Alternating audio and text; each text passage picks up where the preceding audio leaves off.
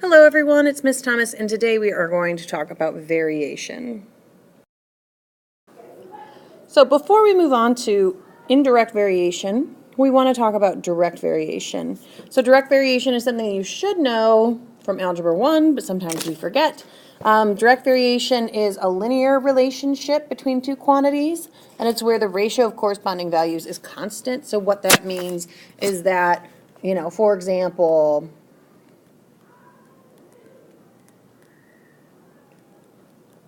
your y will always be 3 times bigger than your x.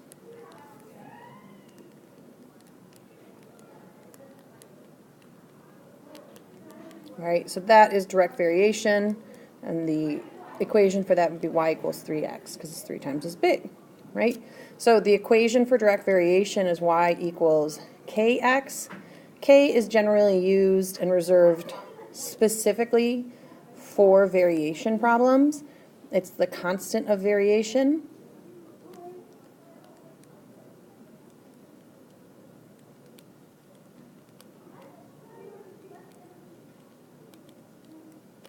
So you can see this is just like y equals mx plus b.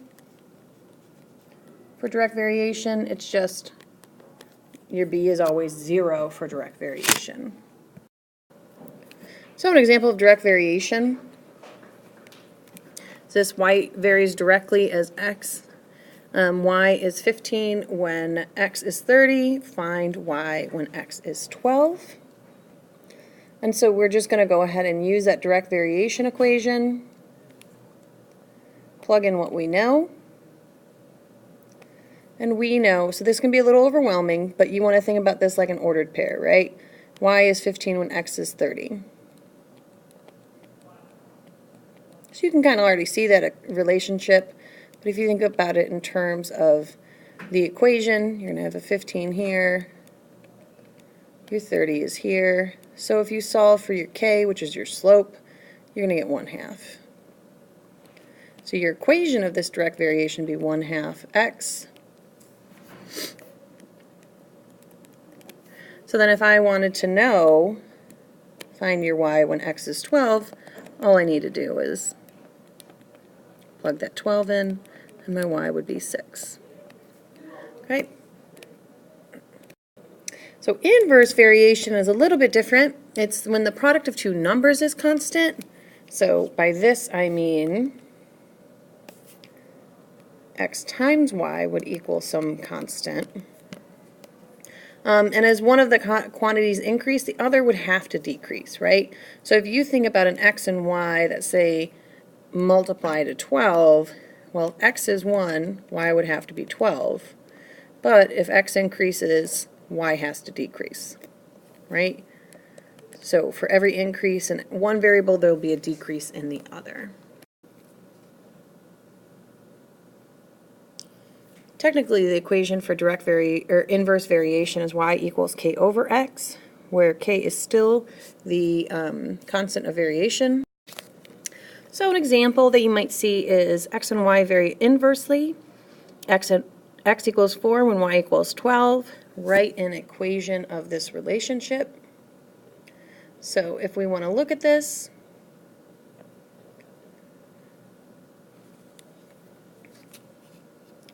knowing that y equals k over x, our y is 12, our x is 4, so we would just multiply both sides by that 4, so our k has to be 48.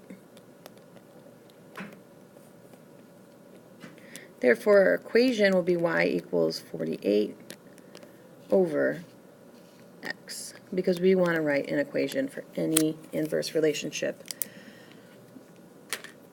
with that relation. All right, so we want to be able to decide the relationship between real data, and so we want to think about, is this relationship inverse variation, direct variation, or neither? And so that's going to require a little bit of easy computations, and then we will write the functions to model. So the first thing we want to consider is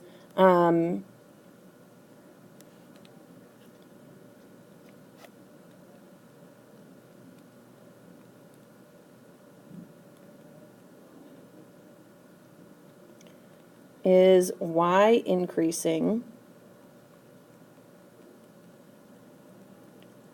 as x increases? Or is y decreasing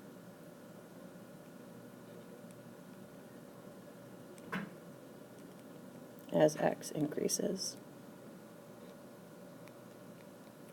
Right? So if y increases as x increases, that might be direct variation. If y decreases as x increases, it might be inverse. So when we look at our first one, our x's are getting bigger and our y's are getting bigger. So to decide if it is direct or inverse, we're going to want to look to see, well, it's increasing with increasing, so it might be direct. So then you really want to take your y's over your x's and see if it's constant. So if I take 8 over 0.2, it is 40. If I take 20 over 0.5, and just for good measure, obviously 40 over 1 is going to be 40.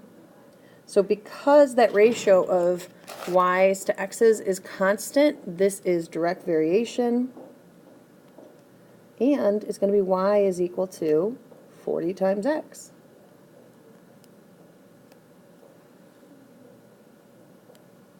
Looking at our second relationship, again, our x's are increasing, but our y's are decreasing. So we have an up-down.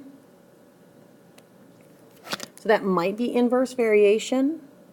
And the easiest way to find out if it's inverse variation, we actually want to multiply these. So if I take 0.2 times 40, it equals 8. When I take 0.5 times 16, it also equals 8. 1 times 8 is 8. 2 times 4 is 8. So since their products work, then we know it's definitely going to be inverse variation. So it's inverse variation, and our equation is going to be 8 over x. So I'm looking at our third one. Our x's are getting bigger. Our y's are getting smaller. So this again might be inverse variation. Multiply, you get 20. Multiplying 1.2 times 12, you get 14.4. 2 times 10 is 20. So already we do not have a constant, so it's neither.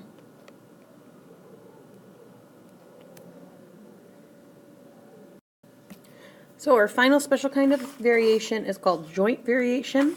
And when one quantity varies directly with 2 or more quantities, it's joint variation. The equation for joint variation is y equals kx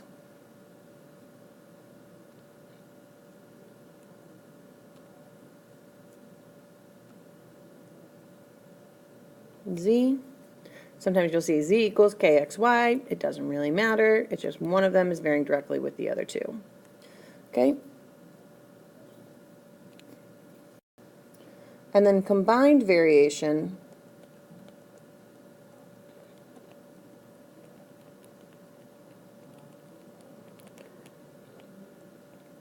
is when you have 2 or more types of variation.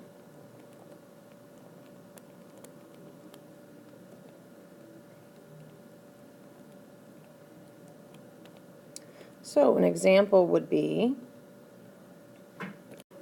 so you might have a problem like z varies directly with x and inversely with y, and we want to write an equation for that. So z is the one that's varying based on the other ones, so it will be by itself. We always need a constant of variation.